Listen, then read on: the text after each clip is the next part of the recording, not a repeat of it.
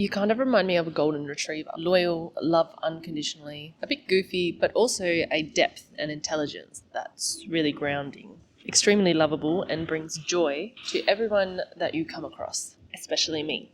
I'm an INTJ and an Olympian, and I help others uncover and resolve the deeper subconscious blocks that are keeping them stuck or holding them back. You can check out my website below if you're interested in that. Over the years, I have realized that ENFPs in particular have taught me more about how to human than almost anyone else. So if you are an INTJ, here are some lessons that ENFPs have taught me that changed the way that I live, and hopefully you find them useful. Lesson number 1. Once upon a time in a quiet coastal village, there was a market known for its beautiful treasures from the sea.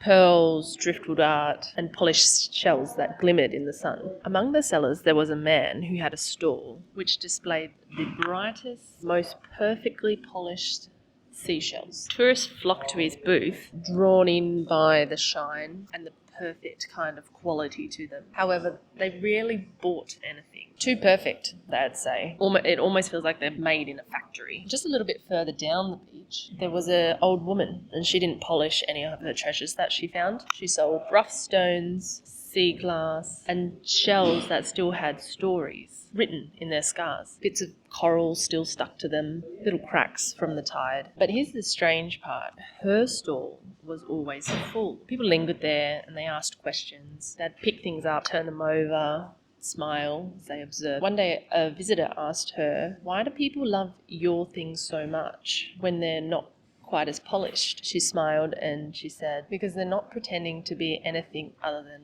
what they are. They've all been through something. They carry the ocean with them. People can feel it. I think it kind of reminds them of their own stories." She held up a small stone that had a natural hole through the middle of it, and as the wind passed, it let out a small hum. And she says, "Some things shine, but some things sing." Authenticity oozes out of ENFPs. They let the world see them, and it's one of the most attractive things in the world. I naturally tend to be more withheld and reserved for a really long time before I decide that it's safe to kind of be myself. With most people, not actually with ENFPs, but I think as long as you're not being an asshole and you're making efforts to be a good human, it's always safe to be yourself.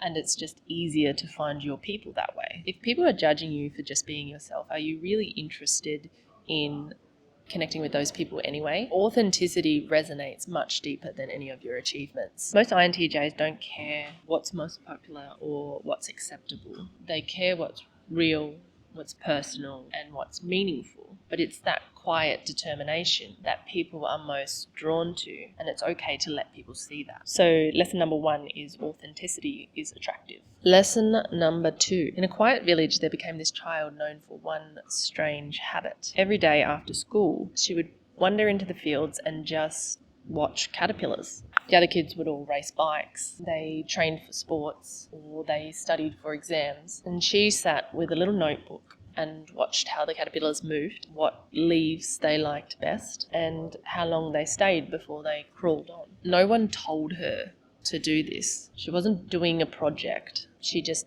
liked it. One day an adult asked her, a little amused, "What are you trying to get from all of this? Are you going to be a scientist when you grow up?" She shrugged and she was like, "I don't know. I just think it's interesting." The adult smiled lightly and they walked away. But over time, something really interesting started to happen. Other children started to come and sit beside her. Some would ask questions, others brought sketchbooks. A few adults began stopping by with books and magnifying glasses. What started as a pointless interest became a place where people gathered to slow down, to notice things, and to wonder again. Not because they had to, but because something about curiosity, for curiosity's sake, gave them permission to be human again. I used to be laser focused, only open-minded about my goals and the things that I was focused on, which isn't open-mindedness at all.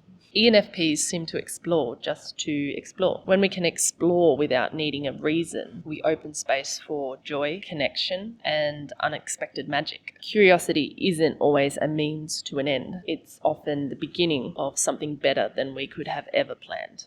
Lesson number 2 is curiosity for curiosity's sake. Lesson number 3. Somehow, ENFPs instantly see all parts of me and, without consent, come up and just be friends with me. They just don't think that I'm weird in any way. It's like they bound up like a big puppy dog and hand you a permission slip that says, I, ENFP, give you permission to be exactly who you are. No strings attached. I asked one of my ENFP friends to describe me as a friend. For context, we met when she interviewed me for her breakfast radio show. And then my 10-minute interview turned into 2-hour chats. And then soon after, I had moved to Melbourne, so our friendship was really phone-based, and it's been kind of long distance. So this is her reply. Number 1, as an interviewee, not your average athlete, reserved but always laughs fully, a little socially awkward but confident, determined, strong physically and mentally, open, brilliant conversationalist, and can talk as a friend. And talk and talk and talk. A rarity. Well, girl, it's a rarity for me too. I hardly talk to anyone. What is this sorcery? How are you bringing this out of me so quickly? And she continues. Number 2, long distance friendships are different but special. I don't know what we'll do for fun together. I wouldn't know a great present to get for you, but because of our phone-based friendship, there's a level of depth that I would rarely get with a lot of acquaintances in my life. 1000% supportive and love having someone I can share my wins with. Endearingly judgmental on occasion, refreshingly blunt. When we first met, very socially selective, and now has friends everywhere. Inspiring from day one, and still is. I wouldn't describe you as big-hearted, because I don't know if how much of that is seen by others, but you are. Firm boundaries, but willing to be led astray in the right way. And number 3, on an underlying level, you haven't changed a bit, but your life and your world has become much bigger now. So aspects of your personality have more room. The open-mindedness I saw as an interviewer has led you to the Olympics. In a sport you'd never thought of, going back for a second time, NLP courses and moving states, starting a business, show someone who is using the base building blocks to shape their world around them. It's magnetic.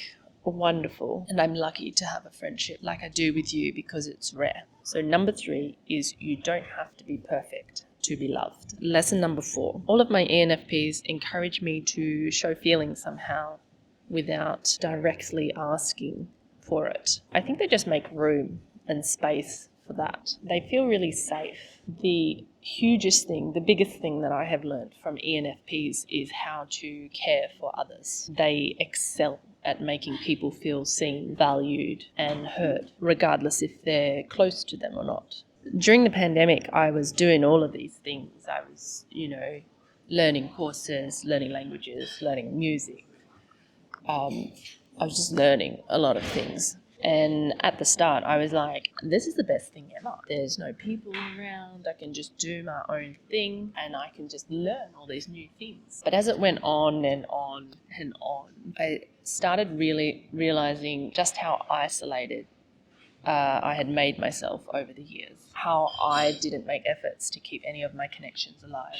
And I sort of had not really anyone to turn to in a way that I felt was helpful or meaningful to me. The ENFP next door, even though she didn't know me at the time, would constantly check in, make efforts to make me feel like someone really cared. And what I noticed in reflection is that I wouldn't have noticed those little things as important, or I wouldn't have even noticed when people were doing them for me when I was distracted in the past. And I would think sort of like sending a little message or something like, hey, just thinking of you and stuff. I'm like, what's the point in that if you're not going to go into a proper conversation or if you have the energy to connect fully?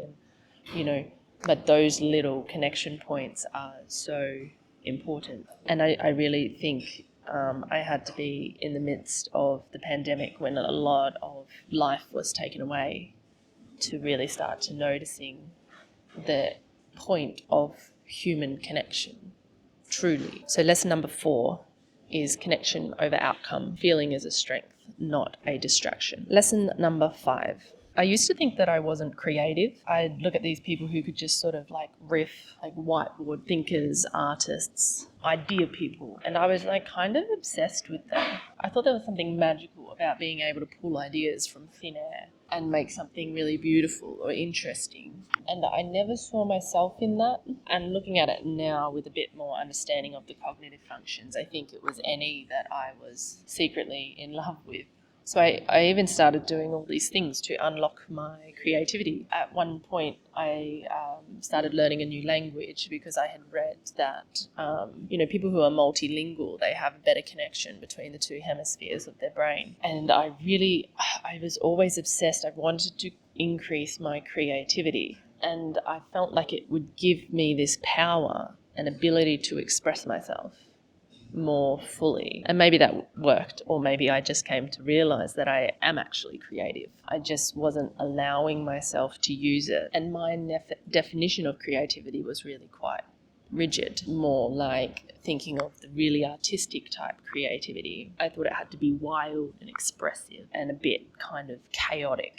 But my creativity is different. I'm an excellent problem solver. I come up with kind of clever systems. I can simplify quite complex things. I can see how things can connect to each other and to the bigger picture. I tend to refine ideas, but in a different way than they were given to me. And now I understand the cognitive functions a little bit more. It makes a lot of sense. My brain doesn't really explode with endless ideas and possibilities like an ENFPs might. But if you put us together, it's so much fun. And it's fun now because I allow it to happen. And they've taught me that creativity is messy. All definitions of creativity is a bit messy, but not in the literal paint splattered way. It's messy in the process, because letting yourself be creative means letting yourself let go of control, letting yourself play, experiment, and try stuff that might not work.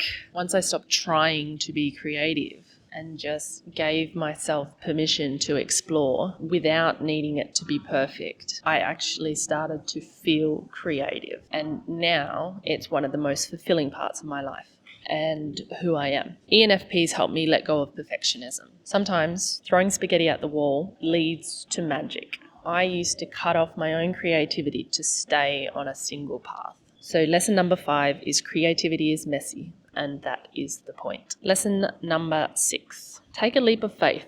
What's the worst that could happen? Well, as an INTJ, I could sit there and pump out a list that goes on forever about what the worst is that could happen. If I allow myself to do that, I will continue to seek clarity about how far are we leaping? How exactly are we leaping? Whose faith are we leaping with?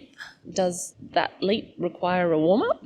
And when exactly will this leap take place? And while I'm contemplating all of this, the ENFP has us down the beach at 3 a.m. skinny dipping. This is really dopey when I think of it, but when I was younger, I somehow thought if you were easily able to have fun, you must be like a shallow person or something, like you're not able to think about things deeply. And that's a really terrible thing to do, stupid thing to think. So if you do that, don't do that. Everybody can have depth regardless of their personality type. It just might not be in the way that you're thinking. A study was done on the time that it takes for new neural pathways and patterns to form. And it was like 400 reps or something to create a new synapse in the brain, unless it is done with play, in which case it only took 10 to 20 reps. So have fun. It'll make you smarter.